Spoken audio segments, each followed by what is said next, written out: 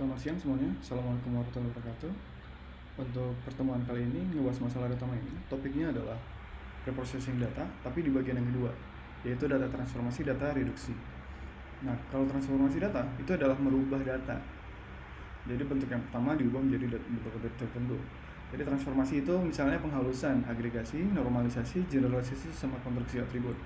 Contohnya adalah yang sebelumnya kita udah bahas ya, salah satu metode binning gitu. Dan di sini juga bisa digunakan untuk transformasi data gitu. Jadi misalnya kita punya bin yang pertama, masing-masing ada 155, 157 sampai 165. Tapi semuanya ditransformasikan menjadi nilai rata-ratanya dari bin tersebut, contoh 159 untuk semua nilai. Lalu ada data yang kedua, metode yang kedua untuk transformasi data itu pakai agregasi. Jadi seperti rangkuman ya. Jadi kalau misalnya penjualan harian, misalnya tadi ada beberapa penjualan harian itu berapa gitu, hari 1, hari 2, hari 3, sampai hari ke-30 contohnya, itu dirangkumkan menjadi penjualan bulanan gitu. Penjualan bulanan dari bulan 1 sampai bulan ke-12 digabungkan menjadi penjualan tahunan. Kalau di bawah itu ada contoh gambar. Gambarnya itu adalah kuarter 1. Jadi 3 bulan pertama, kuarter 2, 3 bulan kedua, 3 bulan ketiga, 3 bulan keempat. Itu bisa dijadikan sebuah tahun gitu. Jadi kalau misalnya di sebelah kanan itu masing-masing yang data yang sudah dirangkumkan itu terdapat misalnya tahun 2002, 2003, 2004. Padahal masing-masing itu adalah data dari gabungan yang sebelumnya gitu. Lalu ada contoh misalnya transformasi yang ketiga itu pakai normalisasi. Bisa dari 0 sampai 1, bisa minus 1 sampai 1. Jadi tergantung kesepakatannya seperti apa. Bisa nanti pakai metode dari min-max, metode z-score atau metode decimal scaling. Normalisasinya ya maksudnya. Contohnya yang pertama nih, normalisasi min-max. Di situ dapat function ya, v-action atau hasilnya nanti itu adalah v dikurang minus, lalu ada max dikurang minus a, lalu nanti hasilnya dikalikan dengan new max, nilai new maxnya sama nilai minimum, lalu ditambahkan nilai minimumnya seperti apa. Jadi contoh di sebelah kanan kita punya nilai maksimumnya adalah 100, minimumnya adalah 50. Kalau misalnya yang mau kita transformasikan adalah 80, maka v-action 80 dikurang 50, atau lalu di sebelah kanannya adalah 100 dikurang 50. 100 itu adalah nilai maksimumnya. Lalu nanti hasilnya dikalikan dengan 1 kurang 0. 1 itu adalah tadi nilai maksimumnya, 0 adalah nilai minimum. Ditambah dengan 0, 0 itu adalah nilai minimum. Maka hasilnya sebelah kanan adalah 0,6 gitu. Seperti itu. Lalu di bawahnya adalah nilai minimum mahasiswa misalnya 60, maka ketika kita ubah itu dapatnya adalah 0,2. Jadi beda ya. Jadi kalau tadi ada 50 sampai 100 range-nya, kita ubah menjadi nilainya adalah contohnya yang tadi 60 adalah 0,2, yang 80 jadi 0,6 seperti itu. Nah, lalu ada normalisasi z-score seperti ini. Tapi di sini kita pakai rata-rata sama standar deviasinya juga. Jadi kalau di situ rata-ratanya adalah 77 dari seluruh data, standar deviasi kita dapat 15,03, maka nilai yang 80 mahasiswa yang tadi yang sama seperti di atas itu ketika kita rubah itu hasilnya adalah 0,2. Lalu nilai mahasiswa misalnya 60 itu diubah menjadi minus 0,80. Mungkin kalau di sini kasusnya adalah minus 1 sampai 1 gitu. Jadi range-nya lebih luas gitu dibandingkan dengan yang di atas tadi. Ataupun normalisasi dengan decimal scaling. Kalau decimal scaling ini biasanya misalnya gajinya adalah 10 juta.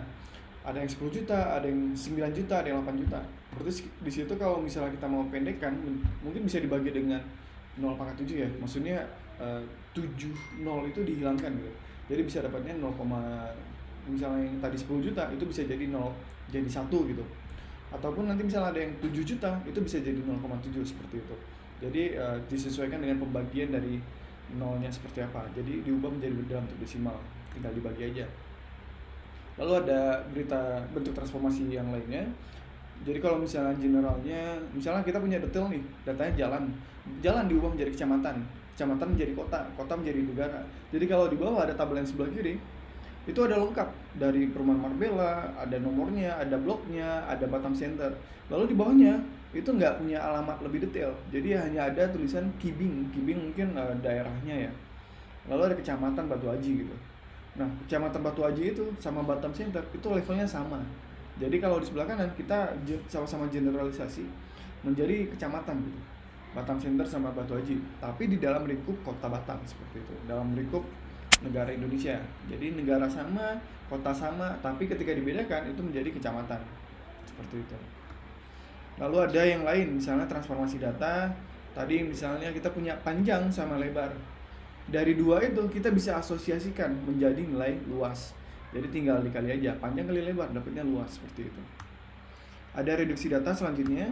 Di sini terdapat agregasi, seleksi atribut, aneka reduksi, sama kompresi data, sama dikritisasi. Seleksi atribut misalnya ada metode heuristik, manual, random selection. Contohnya di sini, kita punya data nih, data nama, alamat, umur, income, student, credit rating, sama by computer. Dari data yang ada, kita mau ngubah, mau ngecek, mau lihat user mana ya yang punya kira-kira keinginan untuk membeli laptop gitu. Jadi kita udah pelajarin datanya, kita nebak juga.